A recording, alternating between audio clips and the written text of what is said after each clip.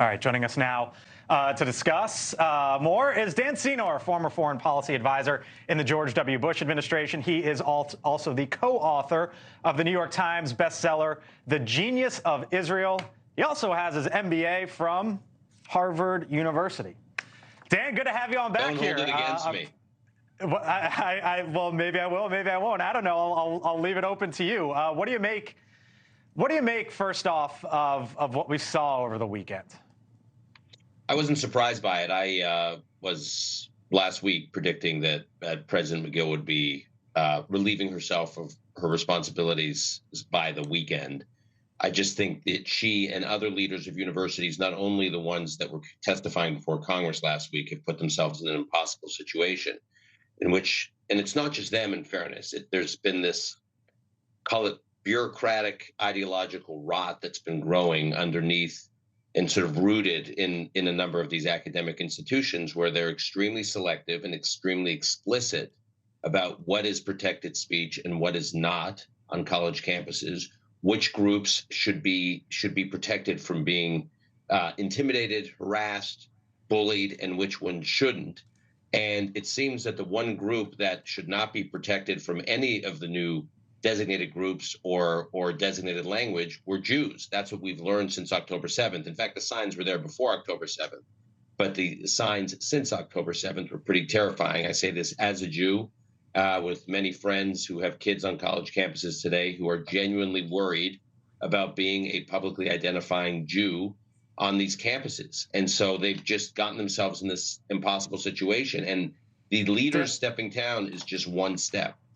Yeah, let me ask you, the Harvard Alumni Association Executive Committee expressed its unanimous support for Harvard President Claudine Gay today and asked the university's governing boards to publicly back Gay in a letter that was sent today. She, of course, was at that hearing with the UPenn president and the MIT president.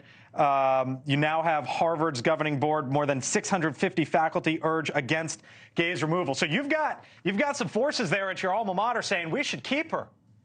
Should she stay in that role? Yeah, I do not think her position is, I mean, given the position she's taken, I do not think her position is tenable. Keep in mind, after October 7th, when one would have thought the outrage after October 7th would have been directed at the organization, Hamas, that was slaughtering Jews. That's where the outrage should have been directed. And actually, in effect, in many places, including on Harvard's campus, the outrage was being directed against Jews for objecting to being slaughtered. And when you had all these student groups put out an atrocious statement that blamed Israel and the Jews for this massacre of October 7th, President Gay said nothing. Days went by. She said nothing. Eventually, she weighed in. But her language between October 7th and when she weighed in, and her language at that hearing, I just think is unsustainable to lead an institution where groups feel under siege. And I think the pressure is going to continue. And there's a range of stakeholders who are weighing in on this. Dan, can you stay by for a second? Because, you know, one of the questions, and I want to bring the panel in, but hang on for a minute if you can. Bill Ackman, who is obviously legendary investor, he sent a letter to the head of Harvard saying, quote, knowing what we know now, would Harvard consider Claudine Gay for the position? The answer is definitively no. Can we pull up the Elise Stefanik statement for a second also? She said, 1 down, 2 to go.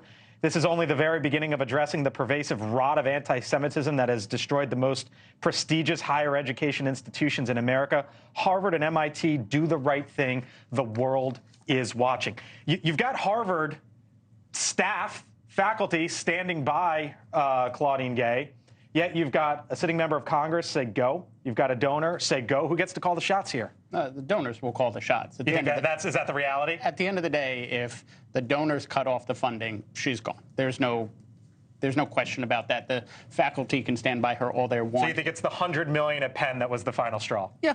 And there was pressure from donors before this testimony, at least at Penn. But the question, though, is Claudine Gay really the problem, or is the faculty is pushing at Harvard in terms of what I was talking about? Dan was calling it political rot. I was calling it political indoctrination. Same idea. This is a much bigger thing than anti-Semitism, even though anti-Semitism is the biggest racial problem in America. There's a whole way of thinking, and the question is they all three have to go because that message has to be sent. The Harvard faculty doesn't think she did anything wrong, and they're they're backing her up because they're afraid they'll be next. Dan, I'll give you a final word before we run. I think people are fixating too much on should it be this group, should the professors have a voice, should the donors have a voice, should politicians have a voice. I think that's the wrong question. The right question is, where's the leadership? Where's the leadership?